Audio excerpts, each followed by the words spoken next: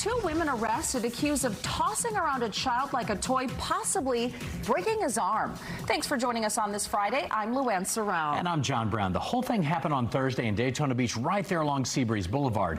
And it didn't take long for things to get out of control. You shouldn't have been filming my baby. You're doing crazy. That's a little.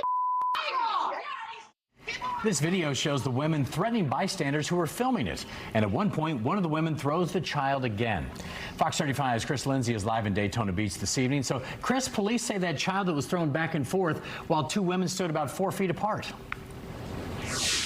Yes, there was a group of people sitting right here who say they saw the 2 women throwing the child back and forth and swinging him around aggressively. When they spoke out, the women weren't too fond of that. This camera caught most of the exchange. Quit filming my baby. A chaotic evening in Daytona Beach ended with 2 women in jail for child abuse. You see me, baby. Quit. The surveillance camera at Crazy John's caught most of the incident. 19-year-old Brianna LaFoe is seen in this footage swinging a baby up and down. It really breaks your heart to see a little one go through something like that. Sean Knapp works at Crazy John's. Witnesses say LaFoe threw the kid up in the air before she dangled him by his leg and shook him. Knapp tells me he was glad to see the witnesses step in. And that's what we need in all communities, right? We need people to all watch out for each other, no matter what age. According to police, LaFoe was under the influence, as was 20-year-old Sierra Newell, the woman who was with her. She was also arrested. Give me my phone. I'm calling now. It's an ongoing investigation, and the Department of Children and Families is involved. It's unfortunate, again, that this happened, period, to this family. I don't know their circumstances, but you hope that everybody gets the help they need from this. The child was checked out at the hospital. He had red marks on his back and his arm may be broken. They're likely going to run some more tests. Reporting live in Daytona Beach, Chris Lindsay, Fox 35 News. Chris, thank you. Developing tonight in Volusia County, a house of filth. This is what deputies saw when they responded to a home in Deltona. Trash piled up, cockroaches crawling on the bed, and animal feces everywhere. The couple living there has now been charged with child neglect, and their children have been removed from the home. Fox 35's Deborah Cho spoke with someone who lives nearby.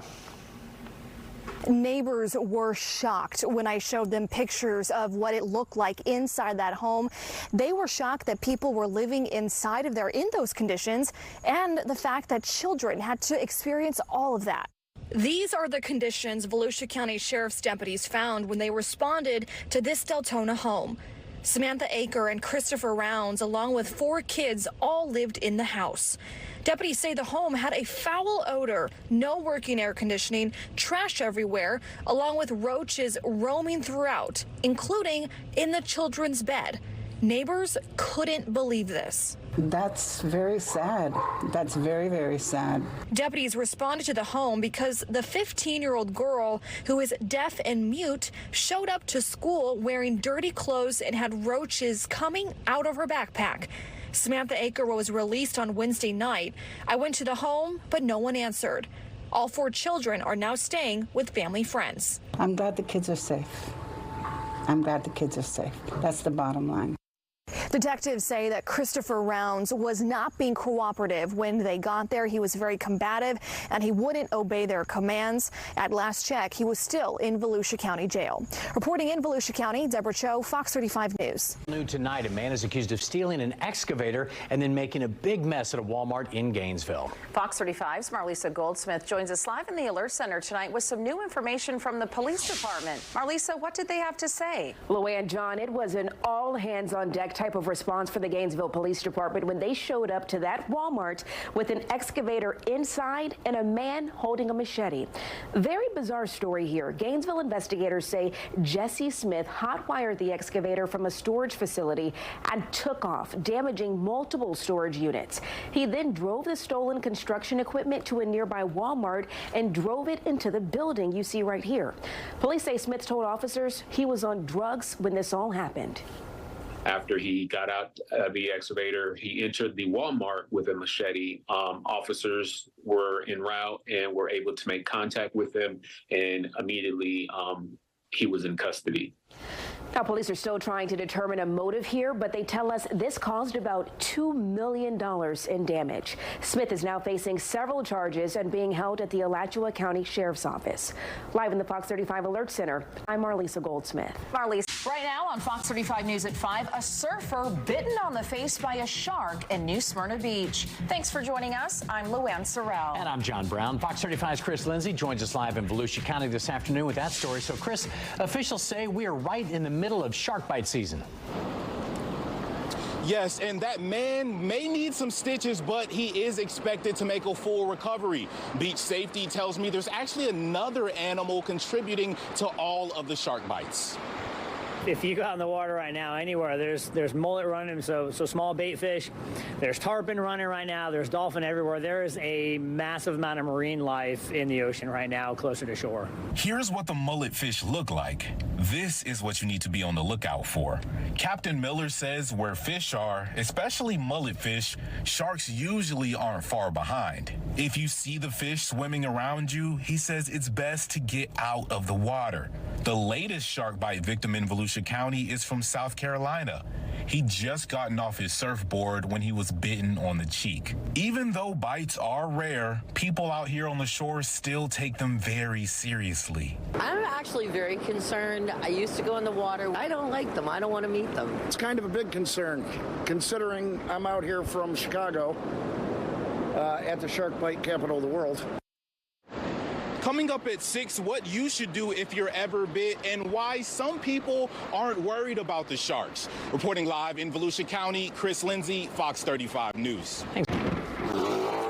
Two surfers are bitten by sharks less than 24 hours apart, one in Volusia County and the other in Brevard County. And tonight, one of those surfers is telling us about the moment he says a shark took a chunk out of his back right there. Fox 35's Patrick Perez is live in New Smyrna Beach tonight. So, Patrick, thankfully, both of these men are going to be okay.